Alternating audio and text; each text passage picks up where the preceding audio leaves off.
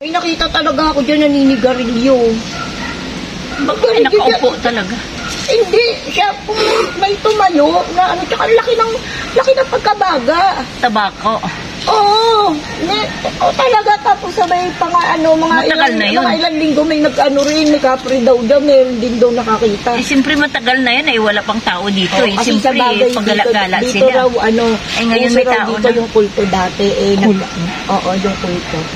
Yung nga raw, ano pag may kumatok sa'yo, wag mo raw bubuksan, minsan may gaya-gaya pa nga, yung gaya-gaya.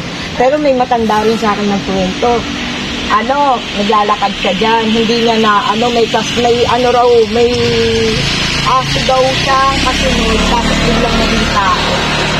Aso malaki. Hindi aswang yun. Yung wala pa kayo dito na, Noon yun, panahon noon. ay, pagkakao para Ngayon may mga bahay-bahay na dito, hindi na yan silang mamasin. nakakaano pa Marami ng bahay-bahay. Wala na yan. Actually, gusto po namin puntahan yung mga lugar na tingin namin na yung mga abandonado, ganyan. Ay, mas nakakatakot din sa Yung bahay po dito, yung parang sa kabilang bundok. Hindi dito sa may mahaba. Tapos nabuhat ko raw yung isang Drown na may tubig. Hindi ba alam niyo po? Huh? Tapos yun, simula yung nakita ko yung picture ko sa cellphone, binibidyoan ako ng mga kapatid ko nung ginagawa ko. Yumakap na ako, sabi ko, huwag niyo kong iwanan na ganito. Tapos, pag kumakain ako, doon ako kumakain, may pagkain naman kami sa lababo, raw ako kumakain. Wala naman kami nakikita. Nandito kami, siyempre kung minsan alas 12, lalabas ako. Hindi, yung balik mata na. Naninilip. Sisilipin ko sa gabi. Wala ko, minsan dyan nakadunan. 2 beses. Panaon-noon yun siguro. Actually, gano'n nga po dito. Pag nyo kayo sa parang pinakang living room nila. Tapos tanaw mo yung Laguna Lake. Wala po kayong picture yan ng kabuuan ng bahay? Oo nga, yun din ang gusto kong makita. So, kaya, yung daw niyan sa Maynila na yung mga kamag-anak niya sa Maynila. Sa Manila. Hindi man lang nila tinitingnan kasi bundok Ano kayang itsura niya, yung kabuuan niya? Si tatay may alam niyan tatay. Hindi ko pala tanong. Saka ang gusto kong makimang alam mo yung, ano kaya yan? Saan? Ito ano kaya nakalagay dyan? May santo noon dyan. May santo na May santo noon. Umalis kami 2012. Nakatayo pa yung santo dyan. Nung bumalik kami, wala na. Wala na. Nanakaw din? Oo. Maganda po yung Tati santo? Oo naman.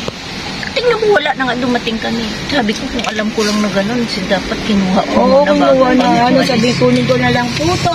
Kaysa pumaano po, hindi ko po to na nakargan. Pero nawabalis kami, may buo pa yan. May mga maganda pa yung mga gold sa pin. Well, actually, pinabutan ko po yung santong yun. Ha? Apo, yung white na santo dyan. Pero Pero Gold sa pinto niya. syempre, hindi naman po ako lagi pumapanik dito. Mayroon yan, noon. Umalis nga kami 2012. Ay, balik kami, wala na. Siguro hindi yun na ininakaw na.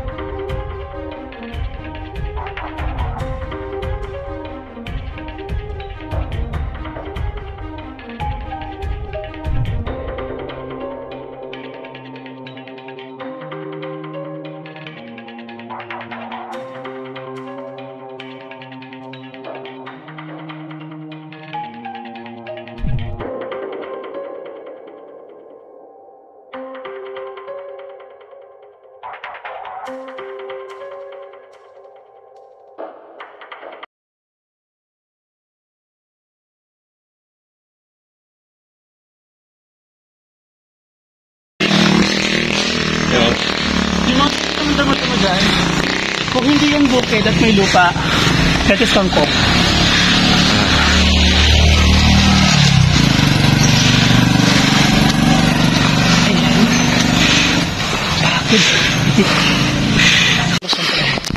Pero marami pa rin mga lupa na binibenta rito. Actually they still are selling ng lupa here.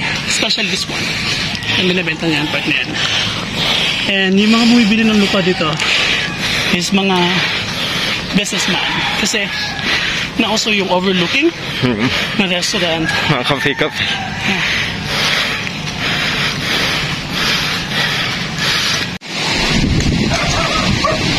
So yan, I guess siguro pwede na pumunta ng gabi dito kasi magtatayo na sila ng mga lamppost. Kaya samahan niyo ako at sabay-sabay natin alamin ang mga kwentong katatakutan dito lang sa Stories. Thank you for watching and please don't forget to like and subscribe.